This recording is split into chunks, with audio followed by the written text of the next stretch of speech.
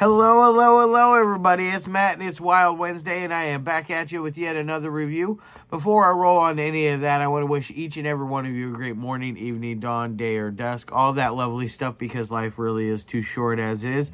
Do me a really huge favor and like, share, and subscribe. I love seeing your beautiful faces when I'm here. I know it's an awful lot, but I have an awful lot of movies to review.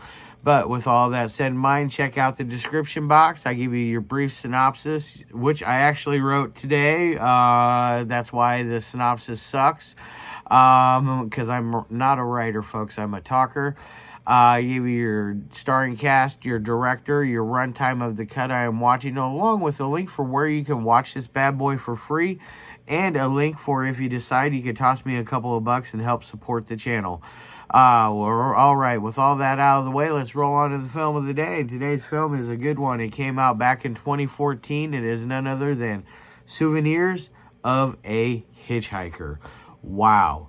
Luke Rammer is a very good director. I have watched 3 of his films now. I watched this, Deadbeat, and The Taxidermist, which, by the way, this also stars,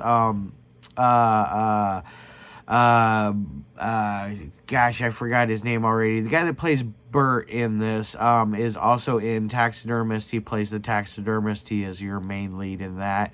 I think he is a fantastic actor.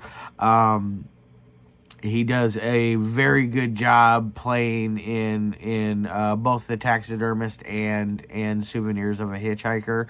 I really hope to see more from him in the future, especially under the helm of Luke. Luke Rammer is, like I said, a very good director and really knows what he's doing and what he wants, both behind the camera and in front of the camera.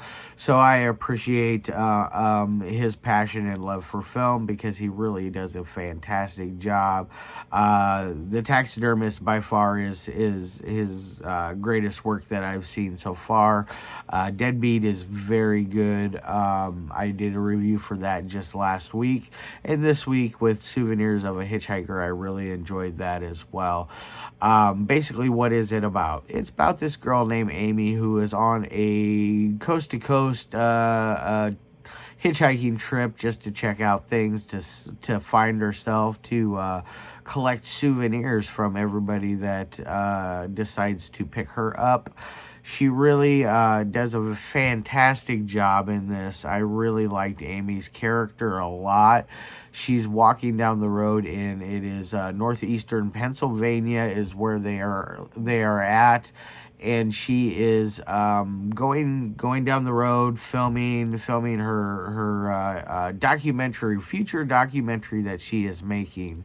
And along comes Bert. Bert is a very, very strange character. Very to himself. Does a I wouldn't say to himself. He's very he's outgoing, but he keeps things to himself. He is very quick to pick her up. He's going to decide to excuse me. Pardon me. He decides he's going to give her a ride, and they go to his house, and she stays the night. In the middle of the night, while she's sleeping, he decides he's going to wake up, and he's in this weird little get-up outfit that looks like he's just in his underwear, and he's got a white mask with red paint all over it. It's a pretty cool-looking mask. I really think it is neat, and I think that it suits the character very well. Goes out to find Amy to kill her, and she fights him, and then they eventually come to agreement. She comes from a bad upbringing as well, because things that are with Bert and his mother weren't the best. She was not a very good woman. She neither was his father, which left him when he was like 3 years old or something like that, I believe. So he's damaged goods. he talks about how his mom found a new boyfriend right away, and the new boyfriend is just not a good guy either. He was quite a drinker, and he decided one night after a very long night of binge drinking that his pregnant wife is no longer going to have the child that they are pregnant with, and he basically talks her into getting rid of it. So therefore it sends Bert off into a whirlwind, and he became a monster of sorts ever since. They decide that they're going to go pick up a hitchhiker themselves, both Bert and Amy. They pick up a guy named Corey, I believe was what his name was. He called himself Corey Hollywood because he was going to Hollywood because they were filming him, and he was just looking for a fix, and they never exactly say what it is he's looking for, but my guess is probably meth, because he kind of looked like a meth head. He had the twitches and the constant like scratching and just constant what do they call that, akathisia, I believe, where their skin is moving, feels like it's crawling, and it's going to, like, they're going to jump out of their skin. It's crawling so much. I believe that's called akathisia. He's a very interesting character alone. They take him to a lone getaway, and they decide that they're going to off him and end of film. I know I gave away everything on this one. Lots of spoilers. I feel that's the only way really to talk about this one, is to get out what's really being conveyed on screen. Because it's only running at about 18 minutes. It's not a long movie. It's a short film. It's probably I would say Luke's second best film, next to Taxidermist. Maybe because I like Bert so much, the actor that plays him. I think he is a fantastic actor, and I really would like to see more of him in other things, especially with Luke at the helm. I know I said that already, but either way, I just wanted to get that across. Now on to the three things that I like my films to meet. Part one is the audio. Audio is going to get an A. It definitely delivers. I never had a moment where I didn't understand what was being said. Even in some of this, there is one scene in particular that I thought was a little weird with audio. It's when they first pick up Corey. They're playing the music and you can't hear what he's saying. It's like silent. You can just read the lips that, hey, can I get a ride? One of those ordeals.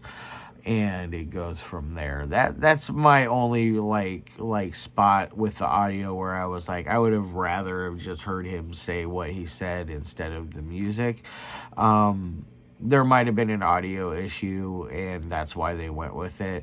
Either way, it doesn't drag down the film at all. It does the job good, and it does it well, and it definitely delivers on every aspect of that. Onto the dialogue. Dialogue is where the winner chicken dinner is with this. It has great dialogue. I feel that Luke is a fantastic writer, and he knows what to have his characters to say, and how to get the performances out of them to say those exact lines in a very good, believable fashion. I really love the dialogue to this, and I can't say anything bad about it. So the dialogue is going to get an A+ all the way. Now, on to editing. Editing is good. I didn't notice anything weird in it. There was no continuity errors due to editing. There was no no pacing issues with it. I thought it kept a good, nice, steady pace. It's not a let's jump in your face and go full throttle kind of pace. It's a little slower at the very beginning, but it steadily inclines and becomes a better movie. I don't really think that this one has a bad spot in it. It's a found footage type film.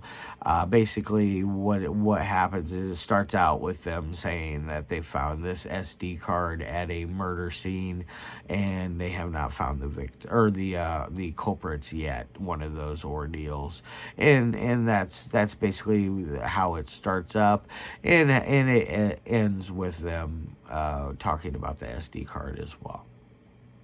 So on the editing, it's going to get an A+. So we got an A, an A+, and an A+. This thing on the 1 through 5 scale is going to get a 3.5 out of 5. It is almost a 4 out of 5. I think it's just about there. I think if it was maybe just a couple more minutes longer, I wanted to see what happened after the murder. I'm curious how Bert and Amy's characters, how well they meshed later that day, you know, after the act.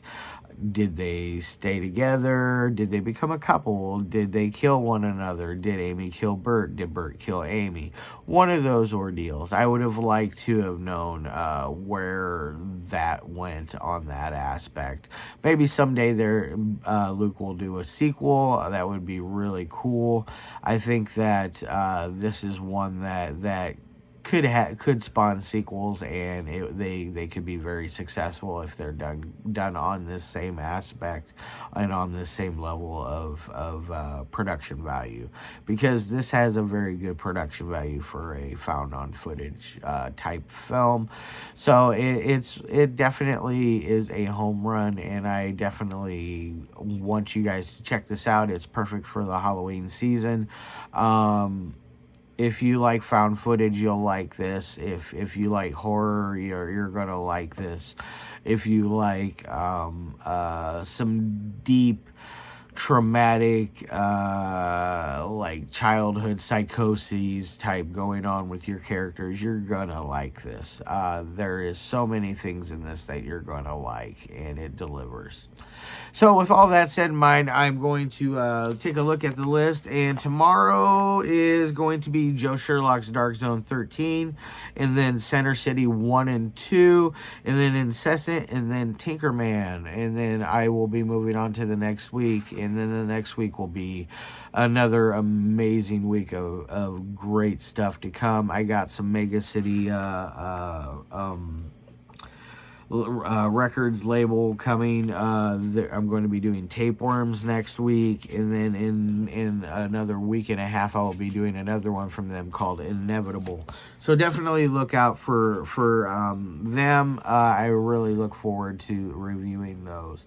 And like I said, tomorrow is Dark Zone 13, so tune in for that if you're a Joe Sherlock fan. Alright guys, I love all your faces, and I can't wait to see you tomorrow. And tonight, if you're on my Facebook, tune into the very exclusive, amazing interview with Corey Cowley. We will be going over all wounds and everything else in between. Alright guys, love your faces, and as always, peace.